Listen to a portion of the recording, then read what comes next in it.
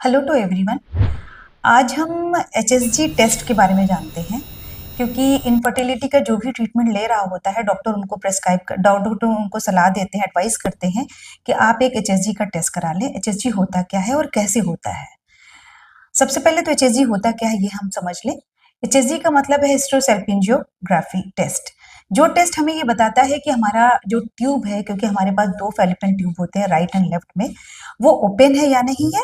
दूसरा ये हमें जानकारी देता है कि जो हमारा यूट्रस है वो सही है, उसका जो शेप है, यूट्रस का जो शेप है वो सही है या नहीं है, यानी कि वो चाइल्ड बियरिंग यूट्रस है या नहीं है।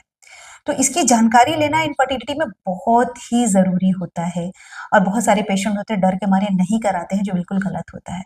आज हम इसका प्रोसीजर आपको समझाते हैं कि कैसे ये होता है। हमेशा बहुत सारे लोग अपने ही दिमाग में कुछ अनुमान लगाए रहते हैं, ऐसा होता है, ऐसा होता है, वैसा होता है।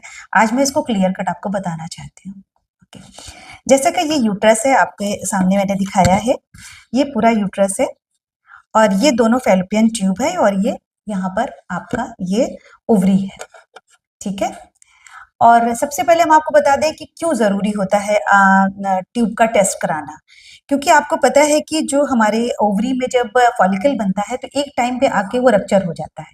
जब ओवरी में जो फॉलिकल रप्चर होता है तो इसमें से एग निकलते हैं और जो एग होता है वो ट्यूब में ही पास होता है।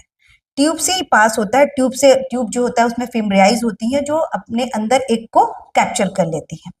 तब जब यहाँ ट्यूब में जब एग जाता है, स्पर्म जब यहाँ से गया यूट्रस में, स्पर्म सीधा पहुंच जाता है एग के पास और फर्टिलाइजेशन की जो प्रक्रिया होती है वो ट्यूब में ही स्टार्ट हो जाती है।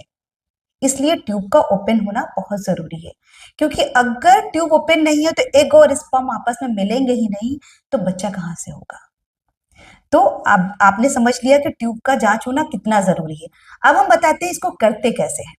इसको करते हैं कि लेडी डॉक्टर होती हैं, जो पैथोलॉजी, जो अच्छे पैथोलॉजी होते हैं, जो बड़े पैथोलॉजी होते हैं, वहीं पर यह टेस्ट होता है। हर जगह नहीं होता है और हर जगह आपको इसको टेस्ट कराना भी नहीं चाहिए, क्योंकि ये रिपोर्ट बहुत ही ज्यादा इंपॉर्टेंट होता है, इसलिए सही जगह कराना चाहिए।